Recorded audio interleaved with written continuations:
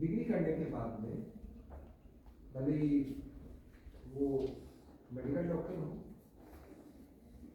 Veterinary doctor हो या engineer हो, अगर कुछ अपना काम करना चाहते हैं तो जो सरकार से उन्हें सहूलियत मिलती है वो सारी की सारी सहूलियत हमारे एग्रीकल्चर के स्टूडेंट्स को भी मिलेगी। एग्रीकल्चरल साइंस है, जब एग्रीकल्चर की बात करते हैं तो ठीक है, एग्रीकल्चरल साइंस अभी कोई बच्चा बताएगा बेटा कितने क्या क्या कोर्सेस आप लोग पढ़ रहे हैं? बात आप 12th से हैं? नहीं। 12th से कौन आ गए की लाइन में? कोई भी एक बच्चा? अरे आप एग्रीकल्चर की आप बैठिए। सब्जेक्टिव हाँ हाँ, एग्रीकल्चर केमिस्ट्री पढ़ी है, एग्रीकल्चर पढ़े हैं, एग्रीकल्चर बायोलॉजी पढ़ी है। मतलब 11th 12th दोनों को मिलाकर बताइए क्या क्या कोर्स। कोई और दूसरा बच्चा बताए? आप बैठ जाइए। और कोई बच्चा बताए क्या क्या कोर्सेज आपने 11th में मैंने ये कोर्स पढ़े हैं और 12th में अभी मैं ये कोर्स पढ़ रहा हूँ या पढ़ रही हूँ? बच्चों में आप 12th में हैं? बताओ। और एजी बायोलॉजी और एजी होता है, और अभी मैं साथ में जैक का कोर्स भी कर रही हूँ, मतलब कॉलेज के लिए। अभी आपने 11th पास कर ली है, ठीक है, उसमें कितने कोर्सेज थे? मतलब सब्जेक्ट्स 5 क्या क्या नाम है उनके? हिंदी, इंग्लिश, एजी केमिस्ट्री, एजी बायोलॉजी, एग्रीकल्चर। अच्छा, और अभी जो पढ़ रहे हैं वो भी यही 5 है। वही 5 है? हाँ जी। पहले जैसे डेविएशन होता था, हाँ, हाँ। जैसे हॉर्टिकल्चर और वो नहीं है। अच्छा। वो भी एक ही एग्रीकल्चर की बुक में हॉर्टिकल्चर, एनिमल हस्बेंड्री और वो है। दोनों में हॉर्टिकल्चर प्लस एनिमल। अच्छा, एक ही में अच्छा एक में एक का। वेरिएशंस काफी आ गई है अच्छा। पहले के टाइम से। अच्छा अच्छा, बैठिए आप। देखिए जो एग्रीकल्चरल साइंस है, it is a very diversified sector. और जो ग्रेजुएशन आप लोग अभी 12th के बाद में ग्रेजुएशन में जाएंगे तो ग्रेजुएशन में 12 सब सेक्टर्स हैं एग्रीकल्चर के। सब सेक्टर्स में क्या है? एग्रीकल्चर है, हॉर्टिकल्चर है, वेटनरी एंड एनिमल साइंस है, डेयरी साइंस है, फूड टेक्नोलॉजी है, एग्रीकल्चरल इंजीनियरिंग है, इस तरह फिशरी है। तो इस तरह से 12 सब सेक्टर्स हैं एग्रीकल्चर के जिनमें ग्रेजुएशन होती है, और वो सभी एग्रीकल्चरल साइंस के अंतर्गत आते हैं। ठीक है, एग्रीकल्चरल इंजीनियरिंग भी है उनमें। जब ये आईसी, और अगर आप पीजी करना चाहते हैं तो उसमें 97 डिसिप्लिन्स हैं जिनमें पीजी होती है। 97। पीएचडी करना चाहते हैं तो 80 डिसिप्लिन्स हैं, 80 जिनमें आपको पीएचडी करना चाहते हैं। और ये वो सब डिसिप्लिन है जो आईसीएआर ने एक्रीडेट किए हुए हैं एग्रीकल्चरल साइंस के लिए, ग्रेजुएशन लेवल पर, पोस्ट ग्रेजुएशन लेवल पर और पीएचडी लेवल पर। आपके पास बहुत सारे ऑप्शंस हैं, ठीक है। ये तो एक मोटा मोटी बात है कि आपको ये पता होना चाहिए आप कहाँ कहाँ जा सकते हैं। तो इतना सारे आपके अवेन्यूज हैं, आप लोग इतनी जगह जा सकते हैं। जहाँ तक एग्रीकल्चर साइंस की सिग्निफिकेंस का सवाल है, 2 तरह का सिस्टम है आप लोगों के एडमिशन के लिए। एक स्टेट लेवल पर एक टेस्ट होगा, उसमें रोटेट होता रहता है। अभी जो हमारे स्टेट लेवल पे क्या सिचुएशन है, 5 एग्रीकल्चरल यूनिवर्सिटीज हैं, एक वेटनरी यूनिवर्सिटी। पहले 2000 से पहले ये केवल एक ही यूनिवर्सिटी थी जिसमें वेटनरी भी उसी का पार्ट था, और पूरे राजस्थान में एक ही यूनिवर्सिटी थी जिसका नाम था राजस्थान एग्रीकल्चरल यूनिवर्सिटी, और उसका हेडक्वार्टर कहाँ था? बीकानेर। ठीक है। अब गवर्नमेंट की पॉलिसी आती है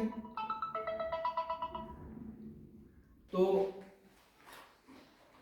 1987 में ये यूनिवर्सिटी बनी थी। इससे पहले जो एग्रीकल्चर फैकल्टी है वो सुखाड़िया यूनिवर्सिटी का एक पार्ट हुआ करती थी। लेकिन इसके एग्रीकल्चर के सिग्निफिकेंस को देखकर 87 में यूनिवर्सिटी बनाई और उसका हेडक्वार्टर बीकानेर कर दिया गया। फिर तो उसमें veterinary, engineering, dairy college, home science, agriculture, सारे के सारे कंपोनेंट उसी के अंदर अंतर्गत थे।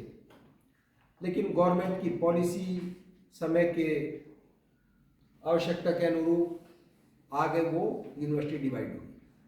तो 2000 में यूनिवर्सिटी का करीब 30% भाग अलग करके एक यूनिवर्सिटी उदयपुर में बना दी। उसका नाम कर दिया Maharana Pratap university of agriculture and technology, और उसका हेडक्वार्टर उदयपुर हो गया। और जो उस लोकेलिटी वाला जो जितना भी पार्ट था रिसर्च का, टीचिंग का, एक्सटेंशन का, वो सारे का सारा उनके अंतर्गत चला गया। उसके बाद में फिर 2009 में एक स्वामी केशवानंद, पहले क्या नाम बताया मैंने आपको, राजस्थान एग्रीकल्चरल यूनिवर्सिटी। फिर 2009 में एक यहाँ पर एक संत हुए हैं स्वामी केशवानंद जी। उन्होंने समाज के लिए काफ़ी काम किया है, शिक्षा के लिए काफ़ी काम किया है, तो उनके नाम को यूनिवर्सिटी के साथ में जोड़ दिया गया और 2009 में इसका नाम हो गया स्वामी केशवानंद राजस्थान एग्रीकल्चरल यूनिवर्सिटी। ठीक है। फिर क्या हुआ, 2010 में जो वेटनरी एंड एनिमल साइंस का कंपोनेंट था उसको सेपरेट करके एक अलग यूनिवर्सिटी बना दी, जिसका नाम रख दिया Rajasthan university of veterinary and animal science, जिसको शॉर्ट में हम लोग लिखते हैं राजूवास। फिर सरकार ने डिसीजन लिया और 3 एग्रीकल्चरल यूनिवर्सिटी और बना दी। उनमें एक का हेडक्वार्टर जोधपुर कर दिया, एक का कोटा कर दिया और एक का जौनपुर कर दिया। ठीक है। तो सब इसी से बनी है, लेकिन सरकार का पॉलिसी है, डिसीजन है, उन्होंने ये किया है। पहले ये सब एक ही था। अब जो ये राजस्थान है, राजस्थान एग्रीकल्चरल यूनिवर्सिटी के 3 कंपोनेंट होते हैं। एक है एजुकेशन, हायर एजुकेशन, दूसरा है रिसर्च, रिसर्च भी नीड बेस्ड रिसर्च जो यहाँ की आवश्यकता के अनुरूप अप्लाइड रिसर्च होती है। तीसरा है एक्सटेंशन, भाई आपने जो रिसर्च से कोई टेक्नोलॉजी डेवलप की, कोई वैरायटी डेवलप की, वो किसान तक कैसे पहुंचे, उसको पहुंचाने के लिए हमारा एक्सटेंशन भी है। तो हायर एजुकेशन क्या है, कॉलेजेस है। रिसर्च के लिए एग्रीकल्चरल रिसर्च स्टेशन है, जहां आप बैठे हैं ये उनमें से एक है। तो पूरे रिसर्च को ध्यान में रखते हुए यहाँ के जो पूरा राजस्थान है, ये बड़ा स्टेट है, सबसे बड़ा स्टेट है कंट्री का। तो यहाँ की जो बरसात है, rainfall, amount and distribution of rainfall, climate, soil और क्रॉप और क्रॉपिंग पैटर्न के बेसिस पर पूरे राजस्थान को 10 एग्रो क्लाइमेटिक जोन में बांटा हुआ है। We have one agricultural research station to conduct need based research for the farmers of that particular. ठीक है। तीसरा कंपोनेंट है एक्सटेंशन। एक्सटेंशन के लिए हमारे पास होता है कृषि विज्ञान केंद्र। तो गवर्नमेंट की पॉलिसी है, गवर्नमेंट ऑफ इंडिया से ये फंडेड है कृषि विज्ञान केंद्र संचालन।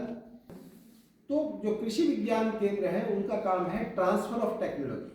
जैसे रिसर्च का क्या काम है, इसी स्टेशन का क्या काम है, जनरेशन ऑफ टेक्नोलॉजी। यहाँ पर जो मेजर क्रॉप्स हैं उन सभी क्रॉप्स की कौन सी वैरायटी होनी चाहिए, क्रॉप इंप्रूवमेंट वैरायटी डेवलप करें, और साथ के साथ जो दूसरे इंस्टीट्यूशन ने जो वैरायटीज डेवलप की हैं उनको हम यहाँ की कंडीशन में टेस्ट करें, और अगर वो वैरायटी यहाँ की कंडीशन में अच्छी पैदावार देने की क्षमता रखती है तो उस वैरायटी को हम यहाँ के जोनल पैकेज के लिए रिकमेंड करें। ठीक है। इसी तरह से दूसरा पार्ट होता है क्रॉप मैनेजमेंट, फसल प्रबंधन। फसल प्रबंधन में क्या होता है कि फसल को कब, उसका बुआई का समय क्या है, उसको कितना सीड रेट लगेगा, उसका क्या प्लांट ज्योमेट्री लगेगी। प्लांट ज्योमेट्री का मतलब होता है पौधे से पौधे की, पंक्ति से पंक्ति की दूरी कितनी होनी चाहिए, और आपका फर्टिलाइजर कितना लगेगा, उसको फर्टिलाइजर का भी बेसल में कब लगेगा, कितना लगेगा, इस और टॉप ड्रेसिंग में कितना लगेगा, टॉप ड्रेसिंग भी किसी स्टेज पर देनी है, एक बार देना है या स्प्लिट करके 2 बार में देना है, तो ये भी क्रॉप मैनेजमेंट का पार्ट होता है। इसी तरह से जो इरिगेशन शेड्यूलिंग है, सिंचाई कब देनी है, किस किस अवस्था पे देनी है, कितना पानी जाना चाहिए, वीड मैनेजमेंट करना है तो कैसे करना है, तो ये क्रॉप मैनेजमेंट का पार्ट होता है। इसी तरह से सॉइल मैनेज का है, भाई आपको कितनी जुताई करनी है, कैसे करनी है, कितनी गहराई करनी चाहिए, है ना, ये उसका सॉइल मैनेजमेंट का हो गया, ये भी क्रॉप मैनेजमेंट में आएगा। तीसरा कंपोनेंट होता है प्लांट प्रोडक्शन। तो जो प्लांट प्रोडक्शन होता है उसमें 2 बातें हैं, एक है डिजीज, दूसरा है पेस्ट।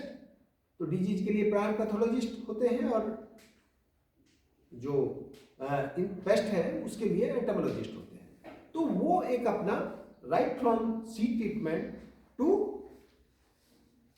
क्रॉप ग्रोथ स्टेज और या during crop before physiological maturity, जो भी किस किस अवस्था पे क्या क्या कीट आते हैं, किस किस अवस्था पे क्या क्या डिजीज आती हैं, उनका प्रबंधन कैसे किया जाए, उनको कैसे मैनेज किया जाए ताकि हमारी फसल को लॉसेस ना हो, प्रोडक्शन साइंटिस्ट डेवलप करते हैं, जनरेट करते हैं। और वो जो हमारा जो सिस्टम है, क्योंकि हमारे पास तो हम ही लोग हैं, वैज्ञानिक लोग हैं, उनकी गिनी चुनी है, लेकिन दूसरा सिस्टम होता है गवर्नमेंट का। हम लोग हैं यूनिवर्सिटी के, ये भी गवर्नमेंट की है, लेकिन ये एक अलग विंग है। जो गवर्नमेंट डिपार्टमेंट है, डिपार्टमेंट ऑफ एग्रीकल्चर एक्सटेंशन, उनके अधिकारी और हमारे वैज्ञानिक साल में 2 बार हम लोग बैठक करते हैं।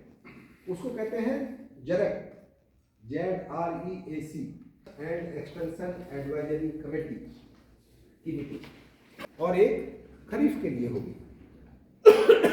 तो वो जो कृषि विभाग के अधिकारी हैं वो अपनी प्रॉब्लम्स के साथ में आएंगे कि साहब फील्ड में गेहूं में ये सब समस्या आई, चने में ये आई, सरसों में ये आई, दूसरी क्रॉप में इस तरह की आई, मूंग में ऐसी आई, मोठ में ऐसी आई, ग्वार में ये आई, है ना। तो हमारे वैज्ञानिक फिर जो पहले से रिसर्च की हुई है उसको बताते हैं कि भाई आप इस पर ऐसे कीजिए, और अगर कोई नई समस्या है या जिसका समाधान हमारे वैज्ञानिकों ने नहीं बताया है तो फिर हमारे वैज्ञानिक उस पर रिसर्च करते हैं, और रिसर्च करके जो समाधान निकलता है फिर वो हम नेक्स्ट मीटिंग में उन वैज्ञानिकों को, उन अधिकारियों को बताते हैं।